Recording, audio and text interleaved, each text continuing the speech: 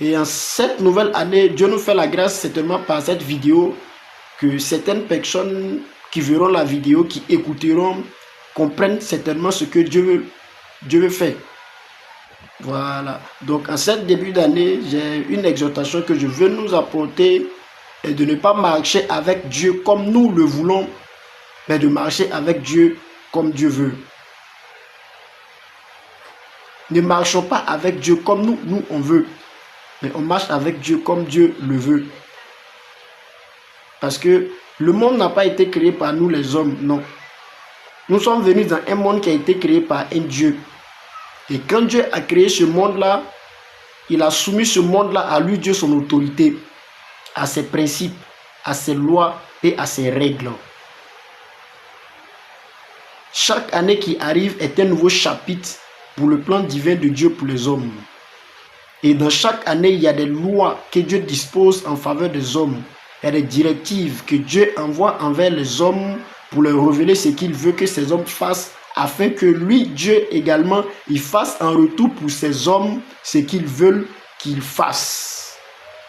Vous voyez, avant que Adam ne soit exclu du jardin d'Éden, il a demeuré pendant un temps soit peu.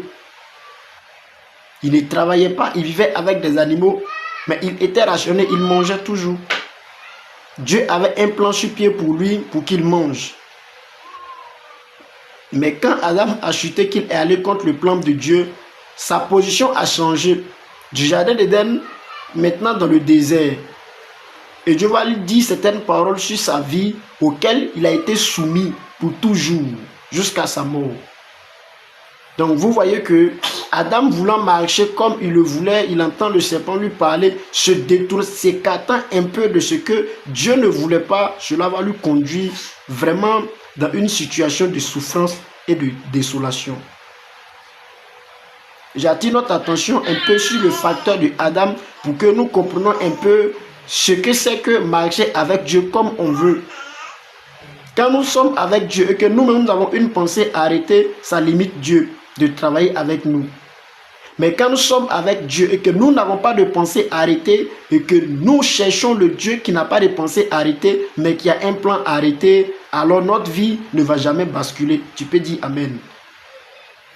Quand nous sommes avec le Seigneur, qu'on ne cherche pas à faire de plan pour notre vie et qu'on cherche le plan divin de Dieu pour nous, on découvrira le plan de notre vie qui se cache dans le plan de Dieu pour nous.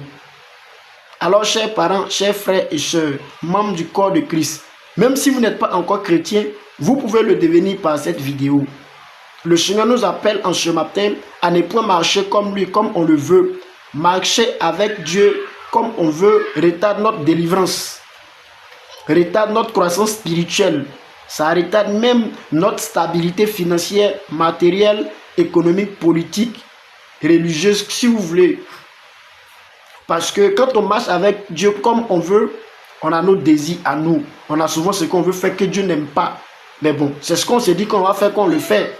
Et après, on vient à Dieu pour lui adresser des doléances et on veut qu'il nous réponde. Non, il ne nous répondra pas. Ne nous mentons pas, ne nous trompons pas. Arrêtons de perdre nos années de façon gratuite, sinon par la tromperie et la ruse du diable. Aucun homme ne peut servir Dieu comme il le veut et Dieu va le bénir en retour. Aucun homme ne peut marcher avec Dieu comme lui il le veut et Dieu va le bénir en retour. Personne ne peut vivre avec Dieu par ses propres désirs et puis Dieu va élever cette personne. Impossible. Mais tous ceux qui ont marché avec le Seigneur comme Dieu l'a voulu, par la crainte de Dieu, par l'humilité, par obéissance, Dieu a fait de ces personnes des hommes et des femmes de témoignage. L'histoire d'Abraham est inscrite dans la Bible parce que Abraham a marché avec Dieu, non comme lui il le voulait, mais comme Dieu le voulait. Quand Dieu a appelé Abraham, Abraham n'est pas resté dans la maison de son papa et de sa maman, non. Il lui a dit quitte ton pays, quitte ta patrie, quitte tes terres et va dans le lieu que je t'indiquerai. Et c'est ce que Abraham a fait. Frères et sœurs, à quoi est-ce que le Seigneur t'appelle?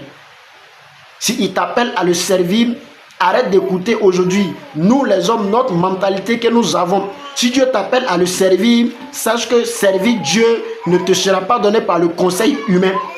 Certainement, il te mettra des personnes sur ton chemin pour que tu rencontres ces personnes-là pour pouvoir développer une certaine connaissance de lui. Mais les véritables conseils qui te permettront d'avoir un ministère assis te seront donnés par le Seigneur lui-même. Les véritables plans